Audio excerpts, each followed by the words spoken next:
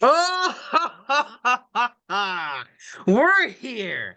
This is V-Hawks podcast, and my villain era is here, baby. Skull! Yeah, I'm hyped up. I've been waiting to do this ever since Sunday. You can take down our starting quarterback. Our second string was already on IR. You can take down our third string quarterback on the second drive of the game. But we'll take a guy who just got to the team on Wednesday. We'll get him ready. Not even because we had to teach him everything on the sidelines and he didn't even know anybody's name. He'll get out and get you the dub. You can dirty hit us like the Falcons did and take out our players like Hall and Osborne. They took them out with dirty helmet to helmet hits. Don't like those Falcons, man. But we still beat them, stupid Falcons. I'm running on a great train. But Matt, I know you're coming off a loss, but rest your head on this. We have the same number of wins, but the Vikings have another loss. So you're still ahead in the head-to-head right now. So you're good. You're doing Also, great. we at least have our starting quarterback and our star wide receiver. So Exactly. Exactly. Hey, speaking of which, we might actually get said star receiver back this week or next. Honestly, I'm hoping for later than sooner, which is honestly kind of weird. I know, sounding like, but I want him to be at 100% when he comes back. I don't want any chances. He's when he comes back, he's got to be 100. So if that means sitting out a couple more weeks, by all means, do it. Like this is the point of the schedule. Like I told you the whole season, this is the point of the Viking schedule where we don't really need Justin Jefferson as much. It's that ending stretch with the Bengals, the Lions twice, and the Packers. That's when we need it. Not that the Packers are a threat. It's just they're jumbled in with those games. So, but yeah. All right.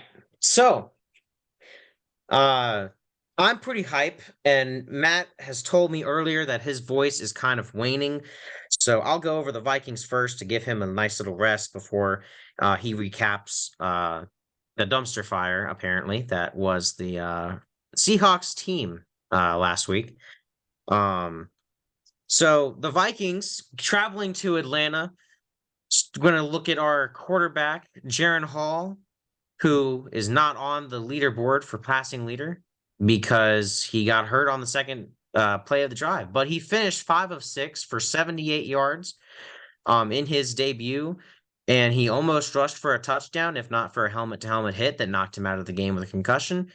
If not, it would have been first down and 1 so that would have been a great situation. But the Falcons played pretty dirty. KJ Osborne also left with a really, really bad concussion, getting hit over the middle after making a great catch on third down. He did not move for a few solid minutes. And when the broadcast came back after a few minutes, they said he finally opened his eyes. So that was a scary situation and definitely hope he's okay. Glad he did, give a thumbs up and was able to see everybody as he got carted off. So that was a good sign. Hopefully he recovers well. We also did lose Cam Akers for the year with torn Achilles. Gee, that sounds familiar. Same injury Kirk had last week. So the Vikings have the injury curse. So that's great. you're welcome. But we still in it. We finally have an above 500 record. I don't know how, but we're doing it without our best players. I don't I legitimately do not know who this team is. I don't think I ever will know who this team is. But the one thing I do know about this team is that the Vikings, for the first time I've seen in my life, other than 2017 with Case Keenum and Latavius Murray stepping in for Sam Bradford and for Dalvin Cook, I have seen the next man up mentality. Anybody coming on this team is stepping up, doing their job for the guys that go down. And I'm loving to see that because that rarely happens on a Minnesota Vikings team of this age anyway. But Joshua Dobbs, I mean, we did not have a run game to speak of. So not only was he the rushing leader on our team, he was the rushing leader in the game. Making Houdini-like escapes like Deshaun Watson back in the day before he turned all, weird. Um, he was just getting out of sacks like crazy, running for first downs. He looked great back there using his legs. Something Minnesota hasn't seen in a while with Kirk Cousins at the helm. Granted, he's definitely not an accurate passer like Kirk Cousins. I mean, he's got a good ball, but Kirk's got that, crazy accuracy with that with the ball when he's got time. So, take the good with the bad. I personally think Joshua Dobbs did a great job for not knowing any of the play calls, not having taken any snaps in the center, throwing no passes to any of the starting receivers. Like the dude did a phenomenal job for coming in and starting. The defense for the Vikings also really stepping up, getting a pick on Heineke, forcing a fumble on Bijan Robinson. Great plays there. Uh, we really complimentary football being played by the Vikings as of late. So really just love to see that. And that's something we haven't had at the start of the season. But as we've started coming up now and started to cut the turnovers down to 2 or less, we've started to see some complimentary football. And that's been the changing fact. I would say that's the changing factor for us besides the next man up mentality. So I'm at my villain arc. Hit us all you want. Do whatever. We're still coming for you. We're still going to make it a close game. We might even pull out the win like we did against Atlanta. Come on, bring it.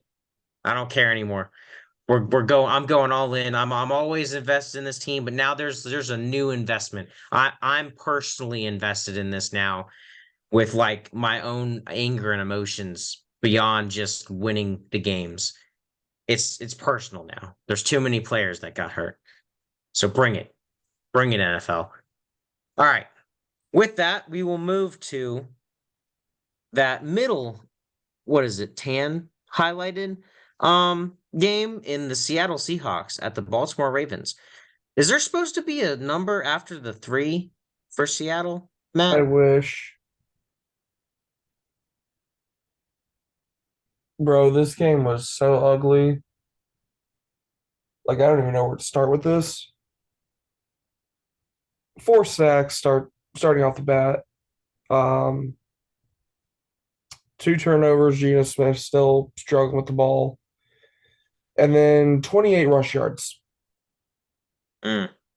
That's not going to do anything. Um, Speaking as a our Vikings fan, I can say that's true. our run defense tried, but they just couldn't hold up for the whole game. Which, when your offense is like 1 in 14 on third downs during the game, I don't blame them. Um, Luckily, we got out of there pretty injury free. I know Jordan Brooks went out for a few plays. DJ Dallas went out with a arm injury. I don't know how that's looking right now, but luckily he is further down on the running back depth chart. So if he's out for a little bit, okay, we can deal with it. But um, it was just an ugly game. And again, Geno Smith is just not what made him so great last year is he was efficient on his throws and he protected the football. He didn't have, I think he had like 14 turnovers all year. In 4 games, he has 8. It just doesn't work. And like GG Ravens, y'all were just the way better team, but this team is so frustrating because you think you know where they're finally at, and then there's a game like this where even if they kept it close, it would be a much better result than just this. Hopefully next week we can pull it back together against the Commanders because we need to win bad right now. Yeah, I mean, you had the lead in the division for a week, but I mean, San Francisco just had their bye, so if you guys can pull off a win and they lose, then you're right back in it. So, hey, you guys aren't out, and kudos to Lamar also playing out of his mind lately. So, I mean, it's not like it was a bad team Seattle lost against by No, any means. Their rushing attack is amazing. Lamar, I mean, he didn't pass for very much as shown on screen, but he certainly did a lot with his legs and made plays happen. So, and we you know, saw the Lions basically get the same result against the Ravens. So the Ravens are just a really good home team. They have a yeah, really good defense. They have a really good offense. So they're just a good unit combined together. And luckily for Seattle, if we do make the playoffs, the only place we would actually see them again is the Super Bowl. So yeah. that's one silver lining, but And we the other have a silver lot of lining issues is that the Ravens really stepped up when we called them to be the division winner. So kudos to them for listening to us. So they're really stepping up right now. Granted, it's not for the lack of trying on Cleveland's part, and it's not for the lack of giving it away on the Steelers' part. Um, and the Bengals are coming back too. So I mean that's a really, really good division. Yeah, But Baltimore seems a step ahead somehow. So for now. for now, yeah. Because So we just got to the midpoint of the season. So going through these next few weeks, health will be a very big thing for the Ravens. Because we yeah, usually see getting to this part of the year, getting into late November, early December, injuries start to pile up for the Ravens, and it just goes into a downward spiral like we've seen for the past, what, 3 years? So we'll see yeah, what pretty happens. much. Well, maybe the Vikings took it from the Ravens, and instead of making it November or December, we just took it and make it October. Yeah, we'll see. I don't know. I don't know. Just like don't like to see any injuries. So It's you just know, one of those. I don't like to see injuries. Like, I want to see this Ravens team actually be good in the playoffs because a good Ravens team just mhm. makes the playoffs better rather than having what Tyler Huntley playing quarterback again. Like, Yeah, a healthy Lamar Jackson is a better NFL. It's hmm, just we've seen the same scenario 2, 3 years in a row where the Ravens are top of the division, near the top of the AFC. We're getting into late November, early December, injuries start piling up, and by the time we get to the playoffs, there's nothing left on that team. It's just they yeah, got enough wins at the beginning to sneak into the playoffs. yeah. And And that's then they not what fumble you at the want to one see. yard line and then have a fumble ran back to the house. Yeah. Well, all right. That'll about do it for our games. I think that's all we really wanted to touch on. I think we did. Were there any injury updates or any things you want to talk about in regard to Seattle No, moving just forward? it's time to move on. Burn the Okay, tables and I move will on. say I apologize in advance. I dropped Charbonnet off my bench this week because I need a quarterback to replace Jalen Hurts for my fantasy team. So Kenneth Walker's going to get hurt this week. Tyler, I Yeah. will go full hell on your Vikings if that happens. I'm not hey, I'm saying it No, because no, no, I no, want to no. pick Too late. Charbonnet back up. Too late. Dude, that's No. not meant as a shot to you. If Charbonnet goes down this week, That would be great because I already dropped him. next Tuesday will not be a good day for you. Great. I'm hoping that okay. I mean, hopefully Charbonnet doesn't go down. Like Yeah, I'm not hopefully. hoping for any of them going down. I'm just saying, with my luck, it's as soon as I drop a player, they go off, or as soon as I drop a player, yeah. So I mean, as soon as I drop a player, they go off. So Charbonnet going off would either be you guys start running a dual running back set. So maybe that'll happen. Hopefully that'll happen, and then somebody will pick him up. Um, So again, I'm not wishing for any injury or anything like that. It's not a shot. It's just because I have to drop somebody and I can't drop D Hop. So with Mayo man throwing him all the passes now. So um I mean I gotta drop a backup running back. So But no, that was not meant to invite injuries or going in on that. I was just saying, knowing my luck, that'll happen. But no, it won't, because that also impacts your luck with Seattle. So it's not going to happen. I'll pick up Charbonnet next week, Good. right after I finish watching Derek Carr play, because I figured it out. I figured it out, man. I'm gonna play all Saints players this week. My fantasy's gonna do well, or the Vikings are gonna do well. There's my logic. But all right. Let's just quickly recap some of the games in here. I mean, there was a great game between Tennessee and Pittsburgh. Mayo Man still putting on a great game as a rookie. Obviously, going up against one of the best defenses is not going to help that, and it was a close game. But I mean, give him credit. Still was the passing leader in that game. Granted, it's not hard to beat Kenny Pickett this year with Matt Canada, but I mean, they've got an offense rolling there now. So if they can figure things out and go up against an easier defense, um, and maybe an offense that can't compete with them, then maybe they'll do it. They got the Buccaneers this week, I believe. So I think they're figuring out some things there. And then Pittsburgh continues to just follow in Mike Tomlin's magic voodoo stuff about always being above 500. So they're getting in their wins now. Yeah. Uh, and sadly, Matt and I both lost our pick with the Miami Dolphins at Kansas City. Apparently, it is true. Miami can't beat any winning teams. I believe their opponents have a record of like 4 and something Yeah. It's or stupid. whatever. Like it's something stupid.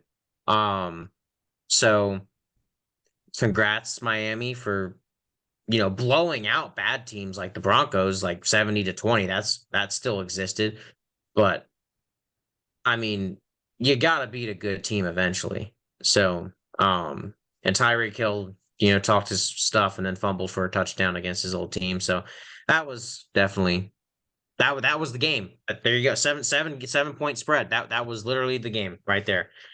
So, um, you know, honestly, not a lot of offense in Yeah. that game. Defense has stepped up. So that was probably the most interesting part about that game, actually, was that the offenses didn't go off like everybody thought they would. Cleveland and Arizona, I don't think anybody's really surprised by that result. Cleveland's defense is one of the best in the league, and Arizona started a rookie quarterback. Um, Green Bay at the Rams, or the Rams at Green Bay, rather. Green Bay finally won a game they were supposed to. Matt Stafford wasn't starting Yeah. for the Rams, so I mean, that was a game they should have been able to take, and they did. So, um, you know, they finally actually got a win, which I hate, but good for you guys. And I would say the Rams are definitely more of a threat to you than Green Bay is to us, considering we already beat Green Bay once, and Green Bay has not looked good like at all. And the Rams have at least looked good in most of the games they played in, minus this one. Um, so Except when they lost the Steelers as well. yeah, that's true. Um, but yeah, I mean that's also a great defense too. So and that was also without Cooper Cup. So we'll see. Washington at New England. That one Yawn. that was a yawn coin flip. I lost it because I picked New England just because it was like, okay, 2 teams. Washington just had a fire sale, so we'll go with New England to actually take one. And oh, what do you know? It's wrong. New Orleans was tied with Chicago forever. It seemed like I got that score update the whole time while watching Minnesota and Atlanta, and it just seemed like the score was knotted at 14-14, 17-17, 17-17, and it just would not change. And then finally New Orleans pulls it out. So, um, in a way, I'm actually angry because I would have liked Chicago to win there to worsen their draft pick, but you know, it's the Bears. I'm not really too worried. Tampa Bay at Houston, probably one of the best games, if not the best game of the weekend. CJ Stroud is the guy, man. Yeah. He's got to be the pick for rookie of the year. Like, You don't even have to say offensive or defensive. He's just rookie of the year. Yeah. I mean, he's taken other rookies with him. He's got Tank Dell and what's his face? Both of those wide receivers are rookies. There's also a running back who played kicker in that game Yeah. because the kicker got hurt.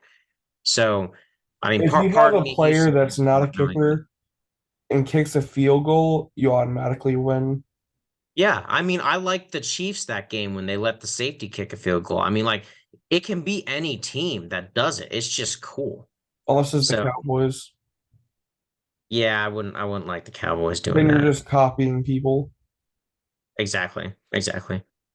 I agree. Also, speaking of them Cowboys, Yeah, we're getting a little. Let's do the other two games first. Then do you have the song ready? no. You want to load that up while I recap the other two games? Okay. All right. Real quickly, just going in Indianapolis at Carolina. Carolina's only won one game this year. Surprised that it's against Houston. But Indianapolis is a great team, even without Anthony Richardson. Gardner Minshew's doing a solid job, as I've said before. He's one of the best backups in the league. So he's continuing to do a good job there. Zach Moss, Jonathan Taylor, doing a great job there as well. Although they didn't really show up too much in that game, and as far as rushing goes, um, but obviously having to keep Carolina on their heels, regardless. And then the Giants, I don't know what the Giants did to the football gods, but it must have been something catastrophic because not only can they not win or put up offense of any kind, they can't stay healthy either.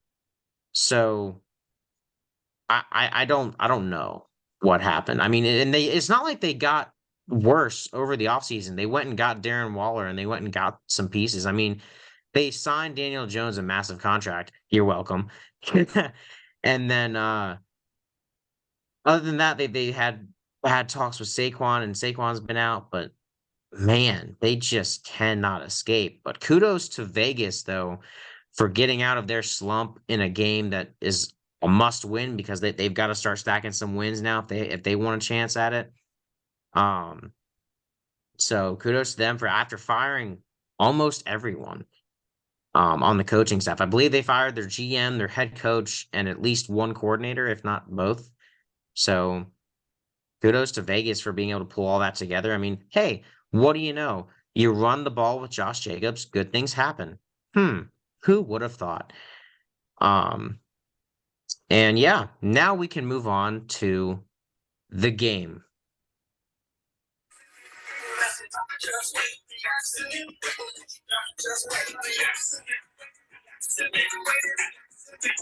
I predicted they're gonna be irrelevant. I predicted that absolute embarrassment for the last decade is an ass. They made me laugh. Yep. Apologies for the audio problems. It's not the best coming in through here, at least on my end, but I think we all heard the words accident waiting to happen, just like we do every time Dallas loses pretty much.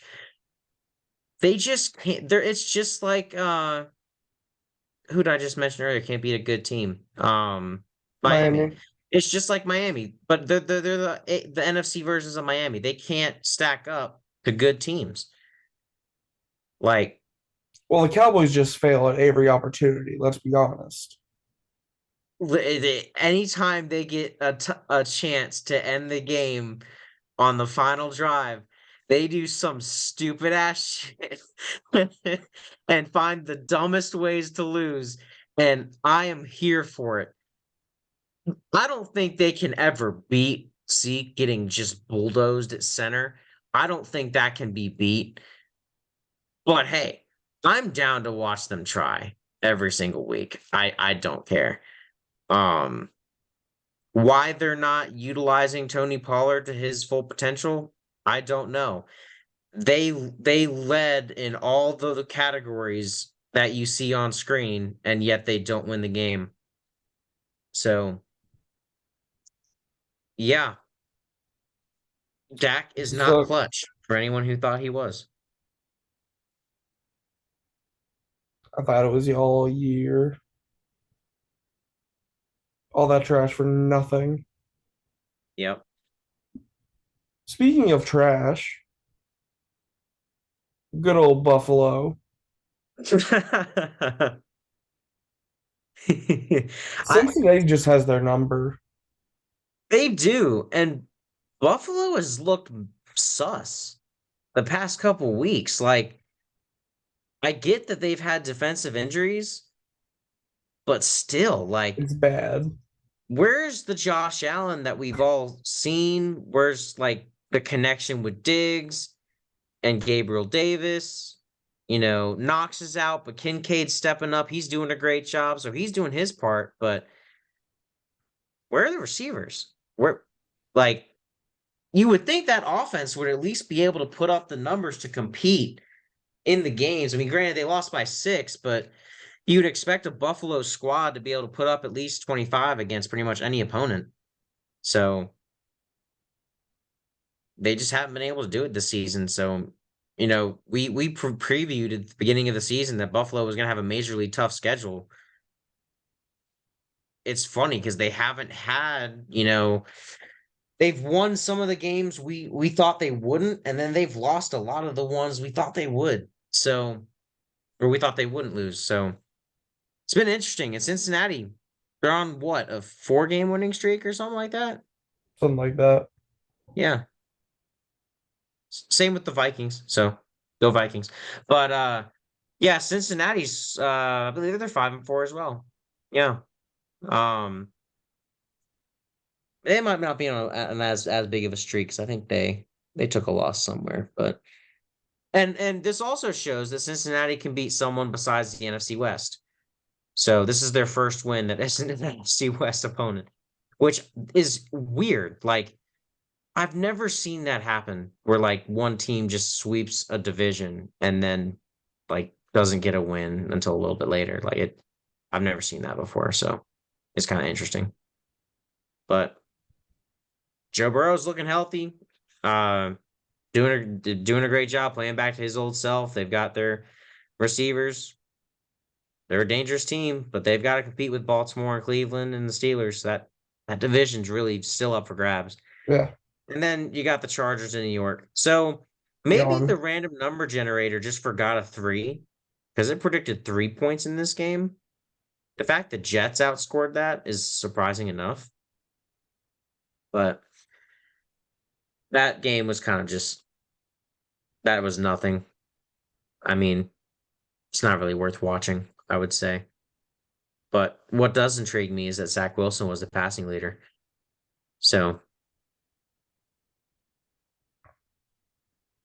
was not expecting This that. wasn't that good of a game, to be honest.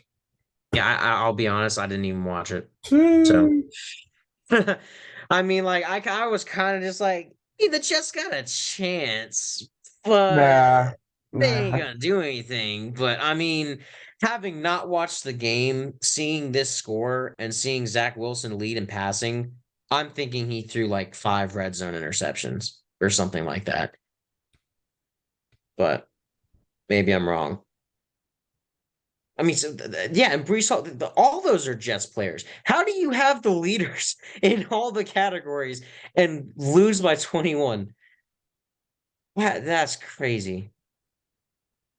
And the Chargers lost Joshua Palmer this week too. So Zach that is Wilson threw one of the 49 major injuries. times. Hmm? Zach Wilson threw 49 times. Yeah. Well, when you're down by a lot, that makes sense. He was sacked 8 times for 57 yards. Interesting.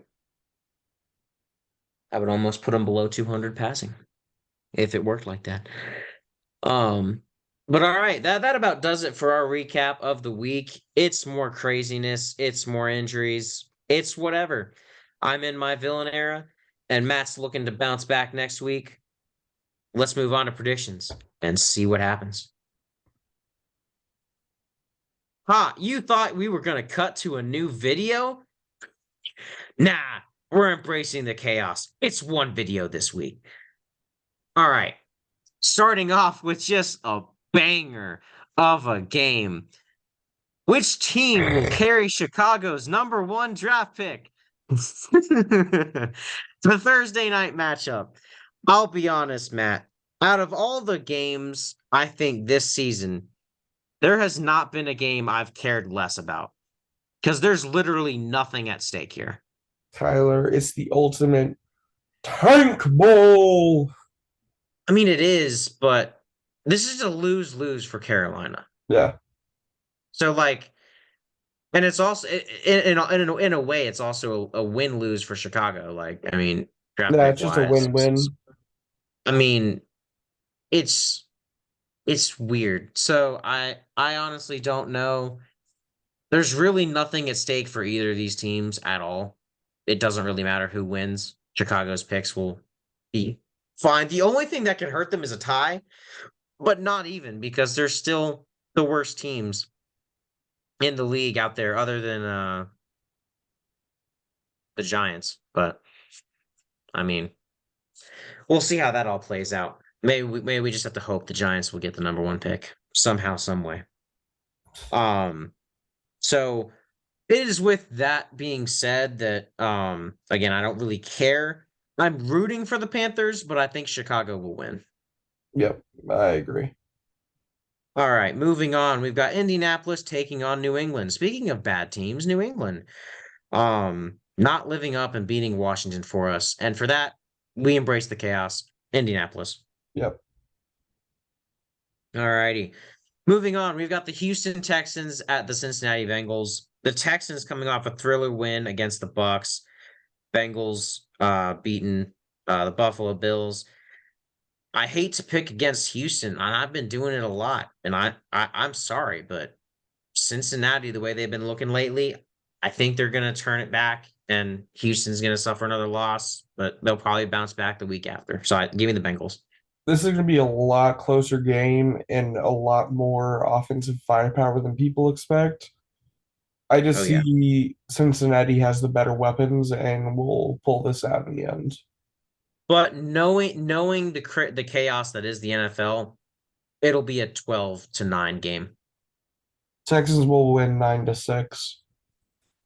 Yeah, so that way we both get the picks wrong. Yeah, that makes sense. Yeah. Both defenses will flourish for some reason. Alrighty. Skipping my game, as always, we'll skip Matt's as well till the very end. As always, that is one thing that we will not change on this podcast unless we decide we want to, in which case we will let you know. We next have Green Bay at Pittsburgh. Green Bay finally actually getting a win. I'm not happy about it, but it is kind of like, aw, you did something. Like, it's kind of like we're the big brothers now. You know, what are they like without the MVP quarterback to bail them out every time? So, Pittsburgh's defense against Jordan Love. Yeah, I'm gonna take Pittsburgh. Like the offense doesn't even have to show up. It can just be Pittsburgh's defense, and I'll take them.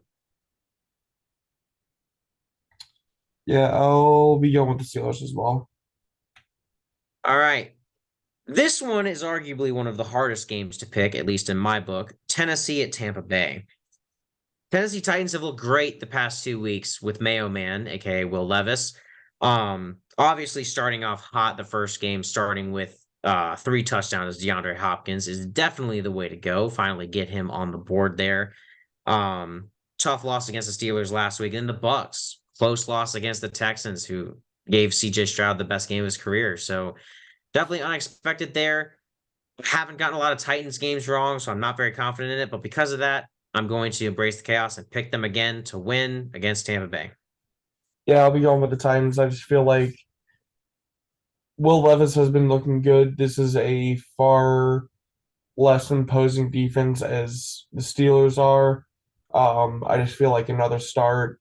Also, I think we've seen the Bucks finally fall back to earth after their decent start, and they're starting to turn back into the team that we all thought they were at the beginning of the year. Mm-hmm. Next up, we've got the San Francisco 49ers taking on the Jacksonville Jaguars. Both these teams coming off bye weeks, so really not much interesting to report there. However, San Francisco needed that bye a lot more than Jacksonville did in terms of their guys who were injured or looking to come back.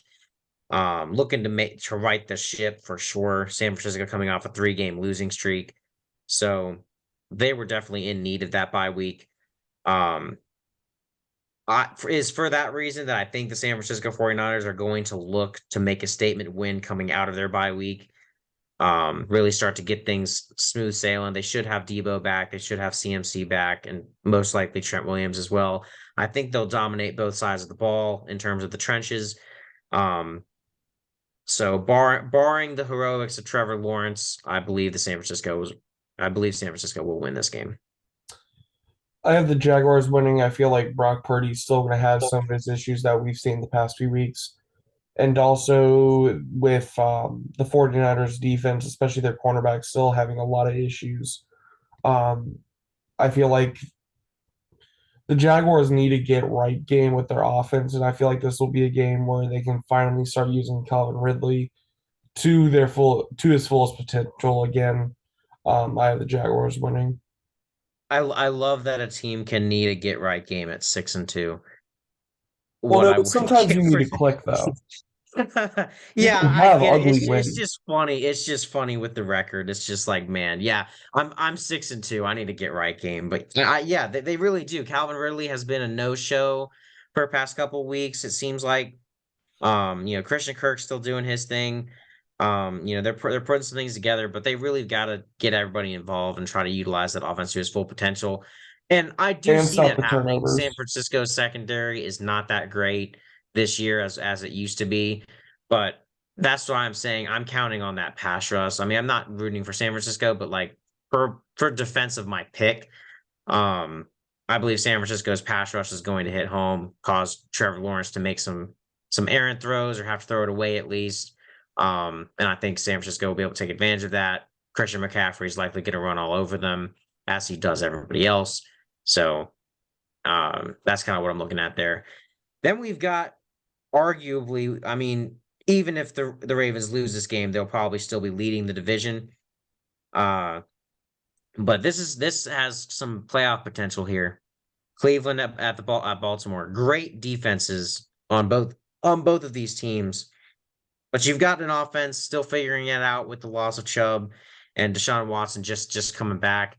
He didn't look too bad last week, but he wasn't great either.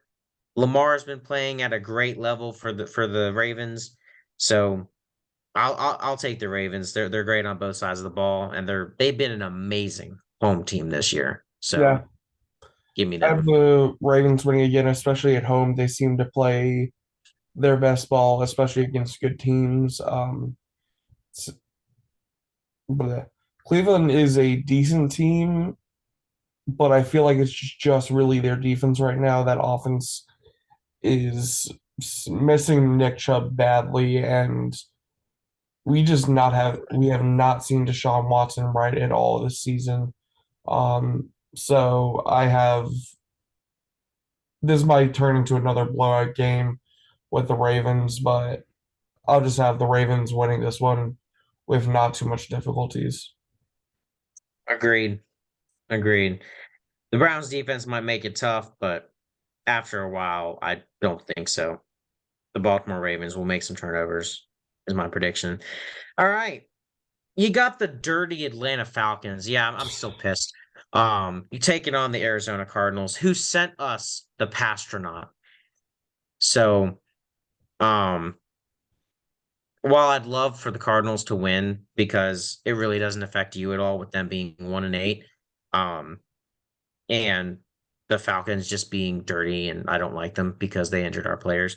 I am going to pick the Falcons because I believe they will get right in this game. I think this is the game to get right against. And this will finally answer part of the quarterback controversy. I think they didn't really get to see enough from Heineke to really say, like, all right, he's clearly better than Ritter. So they're going to get a second look at him this week.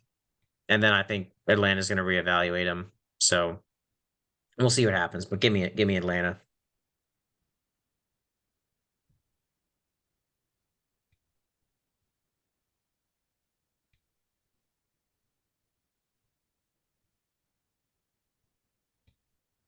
Did my internet cut out? Wait, what's up? Sorry. Did my internet cut out? No, you're good. Oh, did you hear that I picked Atlanta? Yeah. I'm probably going with Atlanta as well. Just Arizona did not look good at all last week. Um, just one of those things where I feel like Josh Dobbs might have helped them. He is no longer there, and I feel like Atlanta will probably have a bounce back game. Who knows? Yeah, Yep. There we neither go. of these teams are going anywhere, so Yeah, that's true. That is true. I mean, the Falcons still have a shot at the South because the South is that bad, but I mean, if they get somewhere, I don't think they're actually going to win anything. So, um, all right. Next, we've got an intriguing game, with Detroit taking on the Chargers. So it's interesting. It says Detroit's away, but it's really home because the Chargers don't have fans, and I like making that joke whenever they have a home game. So it's very great. it's just in Um, Los Angeles. It's not really a home game. exactly. Neutral site. Two. Because obviously lots of Detroit fans in LA, obviously. Um, but yeah, I mean, Los Angeles coming off a win against the Jets decisively, which the Eagles' only loss is to the Jets. So something to be said there, perhaps. But the Chargers also just lost Joshua Palmer. They've already been without Mike Williams. They've got question marks at wide receiver. So Quentin Johnson, the rookie, he's got to step up. Can he join Jordan Addison, Zay Flowers, JSN, and in scoring touchdowns and getting yards, being consistent, Doing anything? things. And can he do something? So he's kind of been the quiet one of the four. So, four first round draft picks anyway. So, um, will he do anything? I don't know. Will it be against the Lions? I don't think so. So the Lions coming off a bye week as well. They're well rested on both sides of the ball. They're a dangerous team. I would argue they're one of the teams in the league that nobody wants to play on any week. So give me Detroit. And the Chargers might compete on offense, but their defense will not sustain them. Yeah, I'm gonna go with Detroit. Detroit's had a couple rough weeks, especially with that Ravens game a couple weeks ago. But I feel like this will be one of those games that they get back and going. Especially Los Angeles with the Chargers. Yes, they won on Monday night. Was it really that good? Not really. I just feel like there's still so many questions and issues with this Charger squad that Yeah. like we keep saying, okay, when are they finally going to get over the hump? And they don't. And I don't think this is going to be the game either. I have the Lions winning this one. It might be when they get rid of Brandon Staley, but we don't know for that for Or they sure. go back to San Diego. Yeah, I mean, honestly, seriously, why do we have to have two teams in LA? It doesn't make any sense. Anyway, all right, moving on. We've got the Giants at Dallas. All right, y'all know the drill. Dallas loses against a competent team or the Cardinals. Cardinals. Um, and then they just go back and completely cream the team next week as long as it's not someone else competent. So I don't see a way in which the Giants win this game. If the Giants pull this out of their ass, I think we've got to have a solid 5 minute conversation about Dallas at the start of the podcast, including the song. Yeah. Something of that nature. Like this is the game in which if I get this wrong, Dallas, it's not even question marks. It's just put their team in the trash Yeah. if they lose this game. Especially the Giants not having a quarterback right now. Exactly. Like they don't even know who their quarterback is. They're beat up on the O line. They've traded away some of their D line. It's bad. They don't have the pieces. Their wide receivers, I don't even know their names. They've got Darren Waller at tight end, which is a great option. And they've got some guys in their secondary, and they got Saquon. That's not enough to beat Dallas. I don't think so. Until somehow they do. exactly, in which case, hey, we'll be happy about it. But that is when we officially declare Cowboys as trash. Even if they go on to win all their remaining games, they're still trash because of this loss. So, um, all right. With that, we will skip the Washington at Seattle game, as we always do. We will look to the Jets at the Raiders. The Jets coming off a loss to the Chargers, and the Raiders coming off a big win against the Giants. Finally firing Josh McDaniels, but not only him, their GM and was it their offense or defensive coordinator as OC. well? It was OC, yeah. So three of their primary staff members gone out the building, and they put up 30 against the Giants, which not much of an accomplishment, but holding them to 6 and putting up 30, it's at least a decisive win, unlike you, Buffalo, against the Giants or the Jets, putting against the Giants. So yeah, you look at this team, you're like, this could actually be a close game. I think it will be a close game, ironically enough. But the Jets, it's hard to really pick against the Jets' championship caliber defense, and the Jets aren't going up against as good of a team this week. They're going Yeah. up against the Raiders, so I think that Zach Wilson might actually not get sacked for 57 yards and perhaps throw a few touchdowns. So we'll see. I'm taking the Jets, but I'm not the most comfortable with it, but I'm taking the Jets. Yeah, I have the Jets as well. I just feel like, especially with the Raiders, I think last Sunday was just a one of those games where they just fired their head coach. This was their game to show that he was the issue. They came out, showed out, especially against a horrible Giants team. Um, I just feel like the Jets have a way better defense, and they'll at least have a quarterback that's able to throw the ball Mm, for not negative 9 yards. that Um, was the Giants. I know. Yeah, That's what I'm saying. that's still funny though. Yeah. But yeah, I just don't see the Raiders continuing their success. Um, so going with the Jets. There we go. All right, and then this is actually no joke, probably the most excited I've been for a Denver primetime game. And let me tell you why. It would have been the Jets game if Aaron Rodgers was playing. Because that would have just been all the pieces on the table, back of everything, the coach controversy and everything. So it was still fun to watch that. But this is interesting. The Bills have an extraordinary streak of playing Denver's opponents and beating whoever Denver loses to. What happens when they play Denver?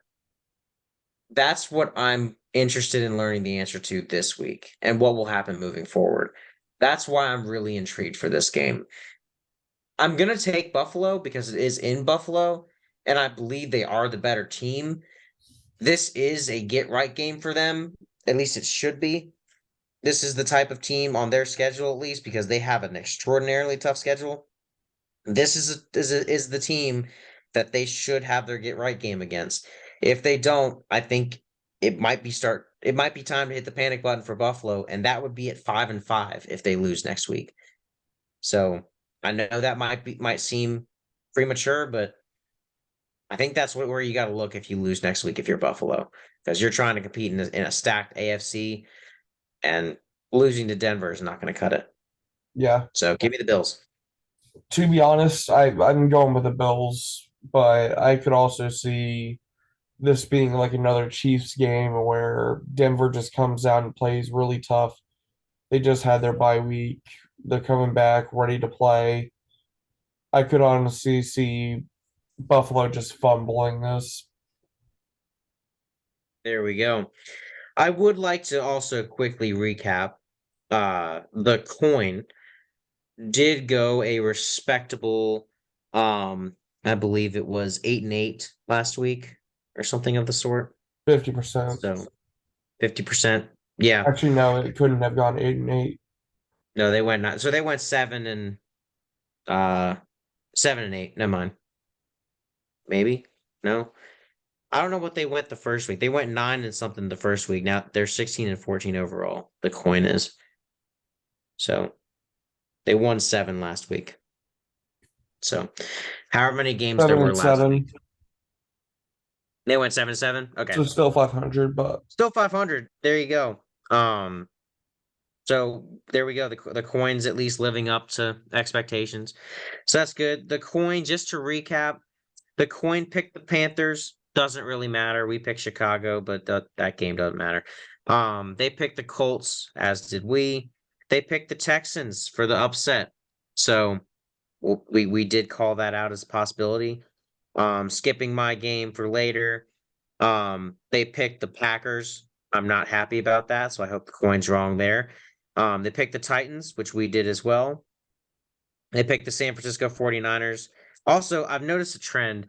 The coin has always picked more road wins than home wins, and they always pick they usually pick our teams to win as well, which is really funny. They picked the Browns against the Ravens. Again, you're just seeing a trend of road teams.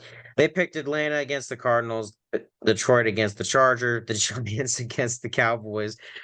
If the coin gets that right, I say we reinstate the coin for at least another few weeks we'll see. for picking the Giants. Like that's going to be amazing. Skipping your game, they picked the Raiders against the Jets, which that's fair, and then they picked the Broncos against the Bills. So, lot of road picks for the coin. Could be a But really bad week for the coin. they're sticking. Hey, kudos to the coin for sticking with it. You know, they've been picking road games. They're still picking road games for the most part. Like I respect it. Not that, you know, you need to respect anything because it's coin, but you know. Anyway, that leaves us with our games. Matt, would you like to go first? Sure. This is gonna be quick and sweet. Seattle, this must be the bounce back game. We have a lot of tough games coming up. The Commanders had their fire sale, what, a week ago. Mm-hmm. This is the time to come back in and beat up on a team, get right. Geno Smith, I don't want to see a single pick this game. I don't want to see a fumble. I don't want to see nothing. Get the run game going, get the run defense going, help out the secondary, get off the field on third down, stay on the field and convert third downs on the offense. Just get right, or we're going to be in trouble the next few weeks because we're going up against a lot tougher competition coming up. So I'm going with Seattle, but got to come out swinging in this game. I agree wholeheartedly. This is a game you've got to stack to prepare for that tough schedule you guys have ahead. Complete opposite of the Vikings. You guys had somewhat of an easier schedule to start out with. And then you've the meat of your schedules towards the middle. Whereas Minnesota had their tough part at the beginning, and now we've got kind of a easier stretch, so to speak, down the middle. So I know what it's like. Definitely got to stack those wins when you can. So like we did against Carolina and the Bears. So definitely Washington is that team for you guys to beat. So I give me Seattle as well. And Gino usually is a get right quarterback. In terms of when he craps the bed one week, he comes back and shows out. So I see that as a big win for you guys. So I'll call 20 points. In fact, I could see 30-10. So I could see that. But anyway, moving on to me and my team and my villain era. We've got the Pastronaut, our fourth string quarterback at QB. He could be the next Deshaun Watson. Hopefully not off the field stuff, but on the field, he was getting out of sacks like crazy. He was rushing for yards, leading rusher in the game. he rushed for a touchdown on like a 19-yard scamper. Kirk Cousins has only done that once in his career, to my knowledge, against the Cardinals, ironically, another red and black team. So, and where Joshua Dobbs was originally this season, so that a lot of drawbacks there. Um, we have shown, I would argue, the Vikings are the most injured team in the NFL as of right now. The fact that we're on our fourth string quarterback, we still don't have our wide receiver one. We were out our starting left tackle, the best lineman in the league, last week. We've already had a couple guys go on IR. We just had our second string running back, who should be our first string, go on IR with an Achilles the week after Kirk Cousins went after with Achilles. We just can't escape. KJ Osborne with concussion. So literally, we're on our quarterback 4, our running back 2, pretty much, because Akers should have been the 1, and we're on our wide receivers 2 and 4 as our 1 and 2 right now. So, I mean, we've continued to persevere. I'm picking the Vikings just because I'm along for the ride at this point. I just want to see how this season turns out. And if nothing else, it makes a great Cinderella story, and just one of those fairy tales you can kind of like look back on and be like, man, remember when they did this? Like, I'm here for it. So give me the Vikings, and give me Joshua Dobbs with a full week of practice and reps, finally learning everyone's name and part of the playbook. I'm going with the Vikings just because we have not really seen much improvement out of the Saints. Derek Carr looks like he's 50 instead of however old he is. He has not really looked great, especially since he got injured earlier in the season. I just have your Vikings winning. I trust your weapons more, and I trust your defense can just hold Derek Carr in check enough for your offense to get an opportunity to score. So, going with the Vikings. There you go. And it's funny, I was gonna give you a caveat if you pick the Saints, because just this is the game. This is the first week in which Justin Jefferson is available to come off of IR, so he could potentially be here for this game. Like I said earlier, I don't think it's going to happen, but I was going to allow you that switch if you had picked the Saints, depending on if Justin Jefferson had come back or not. So, um, but hopefully, again, like I said, hopefully we don't need him, and hopefully we can keep winning without him, and we can wait till he's 100% and then get him back on the field, and then just imagine what our offense can do when he gets back. So, and that's going to be pretty darn cool, especially with the mobile quarterback for once. That's going to be one tough offense to defend, except for the running game, other than Joshua Dobbs. So our running backs can't do anything, and it really makes me mad. But yeah, so I've embraced my villain era fully. Maybe Matt will join me if they somehow lose to Washington. Not hoping for that by any means. That was not what I was saying. I'm just, I'm just here. And I actually, you know what? No, Matt doesn't get to join me. Matt's gonna win. They're gonna win big. They're gonna keep winning, and Matt's just gonna be on Victory Mountain, and I'm just gonna be in my villain arc, just laughing at the chaos, whether it's a win or a loss. I'm just gonna be here. So that's what I truly want. Go take it all with the Seahawks, man. I'm rooting for y'all. And I just want Minnesota to be that black horse that just or the dark horse rather, that just goes in and just beats random teams and then maybe steals a win in the wild card. Like, that's all that'd be amazing. So let's do that. Let's have that be the plan. You guys go win the Super Bowl. We'll just lose in the divisional. Sounds great to me. So, all right. Well, you can always find us at this podcast. You obviously access this video, so feel free to click on our channel, drop a comment on any of the videos.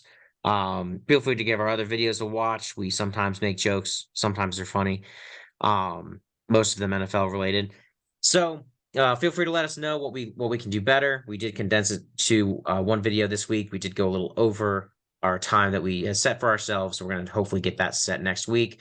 There was a lot to talk about for our teams, though, so cut us some slack there. But other than that, hopefully you enjoyed, and we will join you next week after Week 10's NFL chaos. Peace.